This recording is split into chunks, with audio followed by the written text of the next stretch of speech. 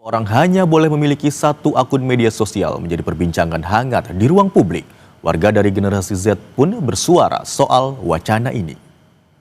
Menurut saya untuk itu sih tidak perlu dibatasi lah. Maksudnya kan kita sebagai orang yang ibaratnya kerja di dunia yang perlu membanyak akun sosmed tuh jadi susah gitu untuk menunjukkan hasil-hasil kita, soal kerjaan kita segala macamnya. Aku sih nggak setuju ya, karena kayak kita butuh privasi lain nggak sih? Karena kalau misalkan cuma satu akun doang, kita jadi mau ngepostnya mikir-mikir, terus kayak ya takut aja gitu. Kalau misalkan kita punya second account kan kita bisa ngepost apapun, terus ya betul apa namanya kalau misalkan kita mau komunikasi sama temen kan itu beda-beda ya. Jadi apa namanya nggak semua orang bisa nganggep jokes kita itu sama.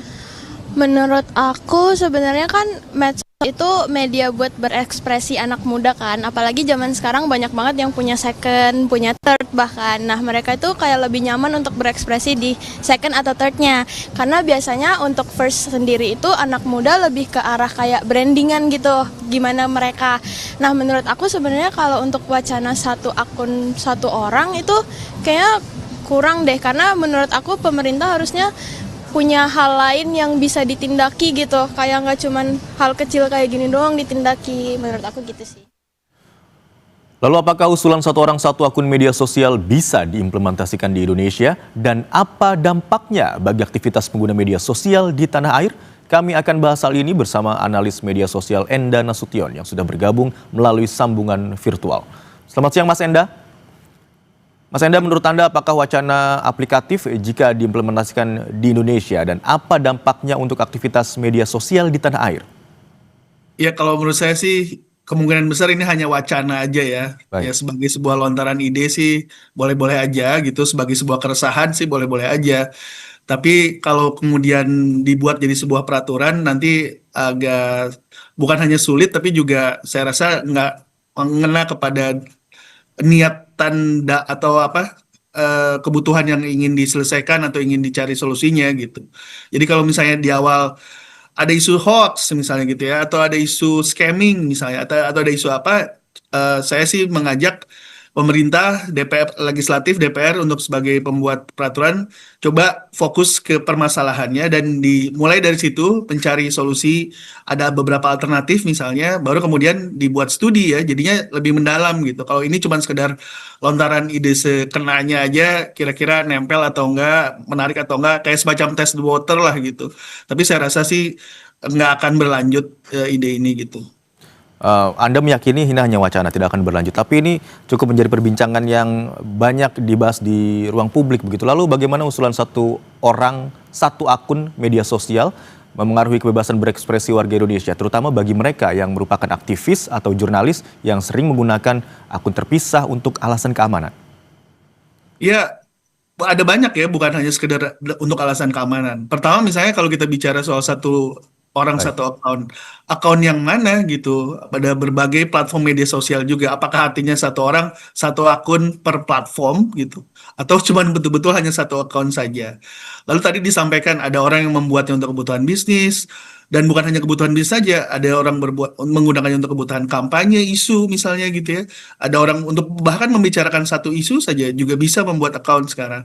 Atau misalnya untuk satu sekolah, satu angkatan, satu universitas, bahkan sekarang tugas-tugas sekolah pun ada yang mensyaratkan bahkan satu kelas gitu ya punya satu account sendiri gitu. Jadi ada banyak kegunaan. Nah, makanya sebelum melontarkan ide saya rasa coba didalami dulu permasalahannya apa sehingga kita bisa mencari solusi yang tepat gitu. Nah, dari sisi soal keamanan saya rasa juga ada banyak apa namanya teknologi digital secara umum ya di seluruh dunia juga digunakan untuk melindungi privasi tapi juga untuk melindungi keamanan. Kalau kita punya data-data yang sensitif, kita bisa menggunakan tidak harus anonim juga, bisa menggunakan nama panggung atau pseudonym juga bisa digunakan untuk kita mencari informasi atau bertukar ide sebelum kita yakin bahwa memang data kita atau identitas kita itu akan aman misalnya gitu. Jadi ada banyak kebutuhan, makanya tadi saya bilang saya kira ini hanya wacana aja.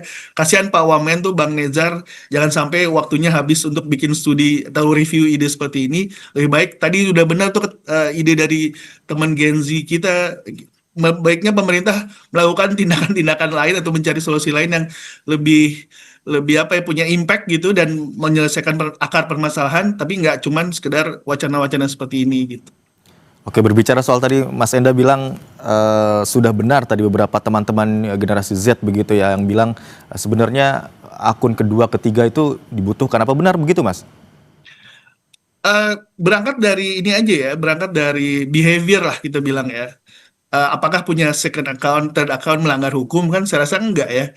Kita misalnya ada nggak peraturan atau merupakan sebuah tindakan kriminal kalau kita berpura-pura jadi orang lain misalnya.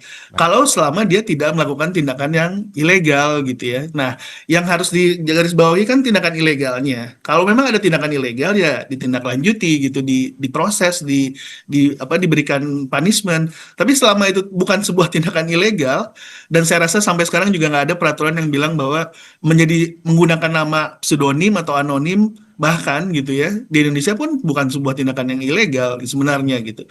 Jadi saya rasa kita harus pisahkan nih antara mana yang jadi masalah, mana yang kemudian mau diatur, mana yang kemudian dianggap sebuah tindakan kriminal yang harus ditindaklanjuti gitu. Nah, jadi memang menurut saya second account, third account, mau bikin berapa banyak account pun tidak ada yang melarang kok gitu, silakan-silakan aja sebenarnya gitu.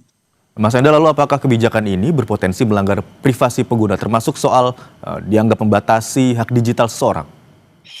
Ya, kalau soal membatasi hak digital, saya rasa gini, sebagai warga negara kan kita memang ada hak-hak yang dibatasi dan Baik. itu diatur lewat undang-undang, makanya kemudian kita punya anggota DPR yang sebagai perwakilan kita gitu ya. Ada hak-hak yang, semua hak ketika melakukan pembatasan harus melalui kesepakatan dari warga negara yang diwakili oleh anggota DPR-nya. Nah, kalau pertanyaan saya justru malah kalau misalnya pun mau dibatasi, apa landasannya gitu? Kenapa harus dibatasi? Sebagai contoh misalnya ya, kita juga harus selalu aware sama kasus-kasus studi atau kasus-kasus yang case-case tadi yang sudah pernah dilakukan dan Baik. atau terjadi di luar negeri. Ya, sebagai contoh, di kita mungkin bukan masalah, di Korea Selatan pernah ada permasalahan dengan game online. Banyak anak-anak muda yang kecanduan menggunakan game online. Dibuatlah peraturan bahwa kemudian hanya jam tertentu saja dan harus memasukkan nomor induk, semacam nomor induk warga gitu ya untuk menggunakan atau untuk bermain game online. Yang terjadi apa? Yang terjadi adalah kok tiba-tiba banyak ibu-ibu yang main game online. Ternyata anak-anaknya ini menggunakan identitas ibunya untuk bermain gitu. Nah, kan tidak tepat sasaran gitu ya. Nah, jadi sebelum kita maju kemana-mana lebih jauh, membuang-buang waktu, lebih baik kita nilai secara singkat aja sebenarnya ide ini perlu di studi nggak sih gitu, perlu diwacanakan nggak sih? Kalau memang perlu studi dan kita perlu cari solusi soal hoax, scamming dan lain-lain, saya setuju gitu. Tapi ayo kita sama-sama studi yang serius dan mendalam tentang itu gitu. Kemudian dari perspektif teknis, Mas, bagaimana platform media sosial seperti X, Instagram, atau TikTok misalnya bisa menerapkan aturan satu akun per orang di Indonesia tanpa membebani infrastruktur atau menimbulkan kesalahan identifikasi? Nah, kalaupun mau ya, butuh resource di mana artinya seluruh identitas harus dimasukin, berarti kan ke dalam SIP masing-masing platform. Betul. Jadi bukan satu akun satu orang, tapi satu orang satu platform sebenarnya gitu. Karena ada banyak media sosial kan, kita bisa bikin berbagai itu.